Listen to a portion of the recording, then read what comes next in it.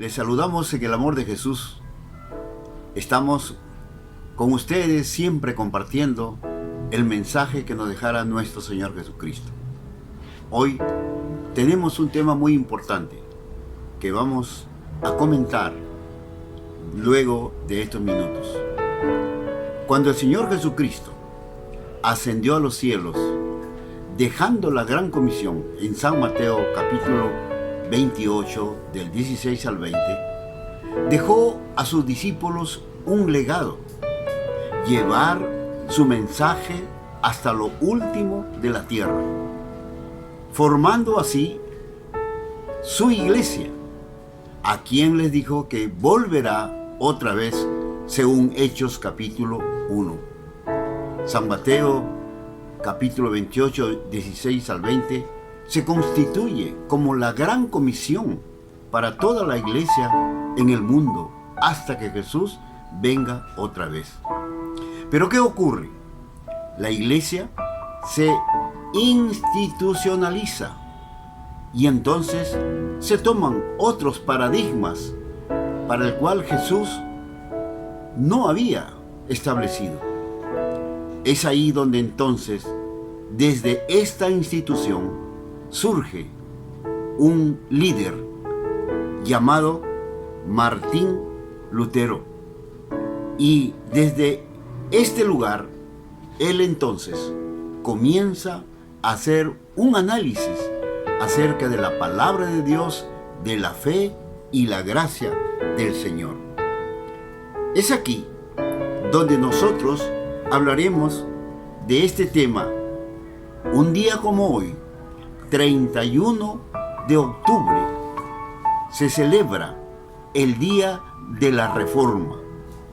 Realmente no es el día de la iglesia, sino el día de la reforma de la iglesia, porque la iglesia de Jesucristo ya había sido plantada desde que Él asciende. Este movimiento llamado la Reforma Protestante es una parte muy importante en la vida de la iglesia cristiana. Hubieron una serie de cambios que eran importantes en la Reforma Católica, con la necesidad de mejorar la iglesia cristiana. Comenzó un 31 de octubre de 1517 en Alemania, cuando Martín Lutero, reformador alemán, un fraile católico agustino de la Iglesia Católica Romana, publica la bula Exsurge Domine con sus famosas 95 tesis. Básicamente, Lutero decía que era necesario que acudamos a la fe.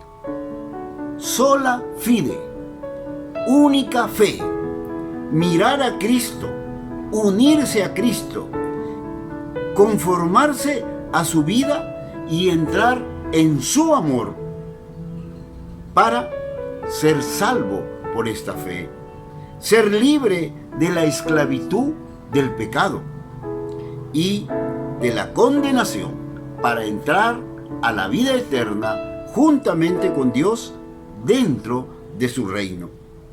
Luego decía Martín, sola escritura. Solo las escrituras son la fuente confiable e infalible del conocimiento de Dios y sus mandamientos.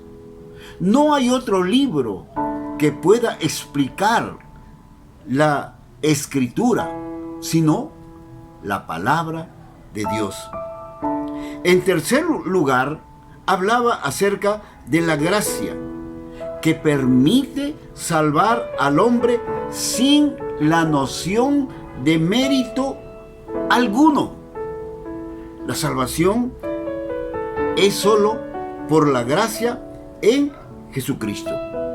Es decir, Martín Lutero buscó el mensaje evangélico, que la iglesia vuelva al evangelio.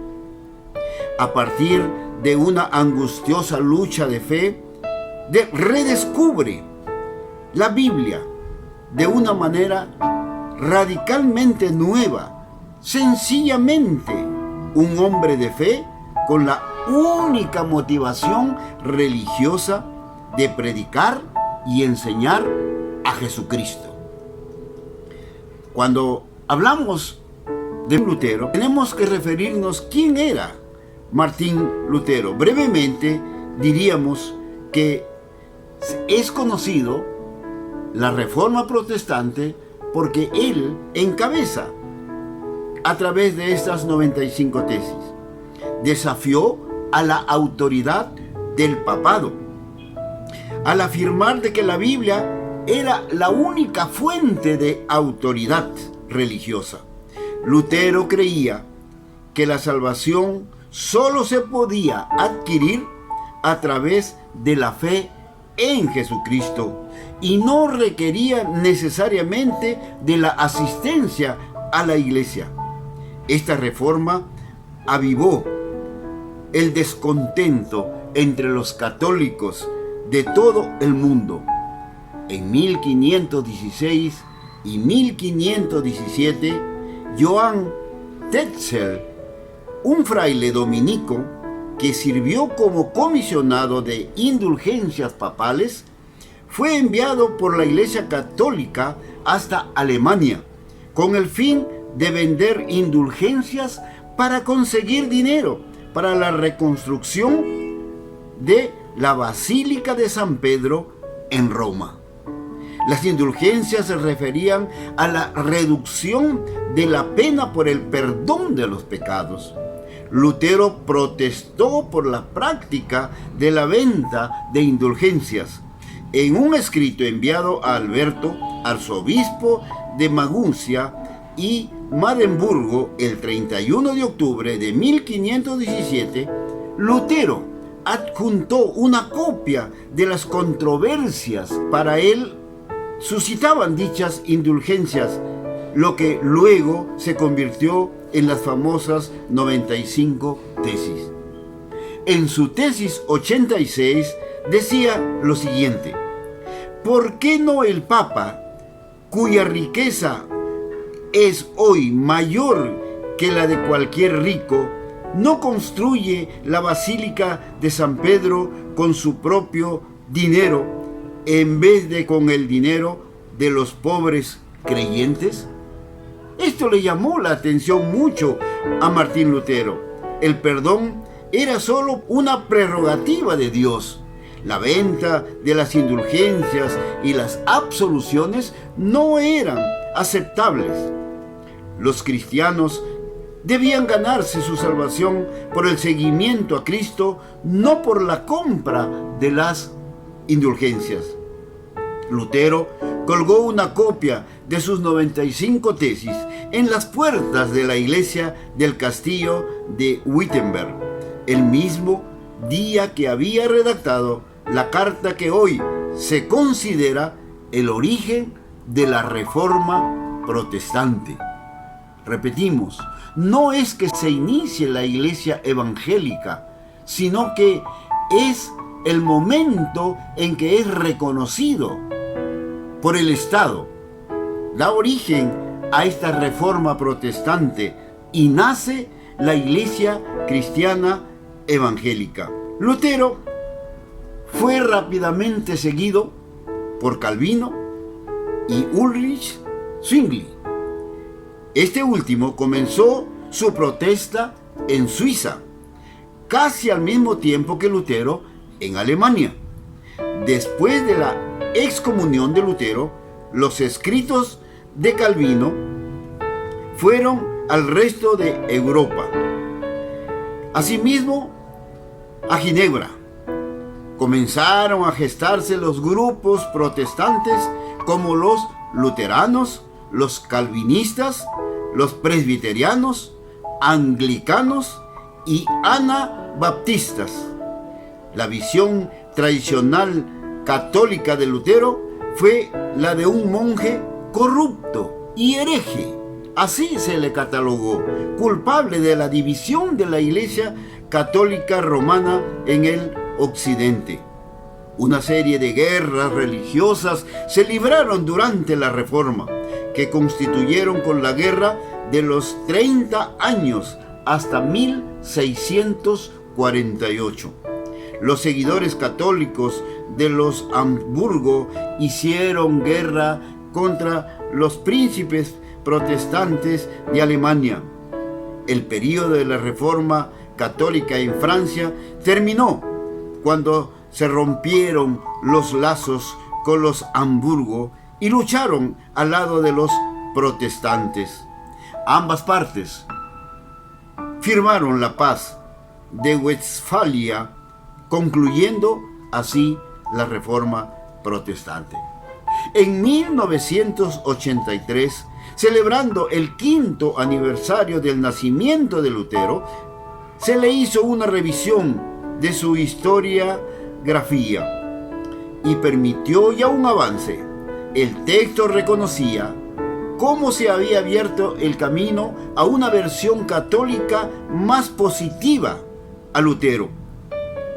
Es decir, se le reconoció como un testigo del Evangelio, como un maestro de la fe y como un heraldo de renovación espiritual.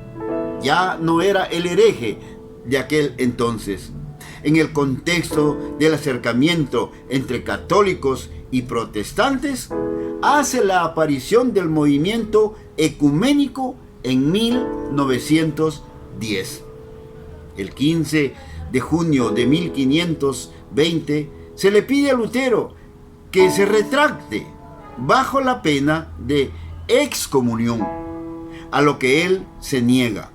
En 1521 fue excomulgado por Roma.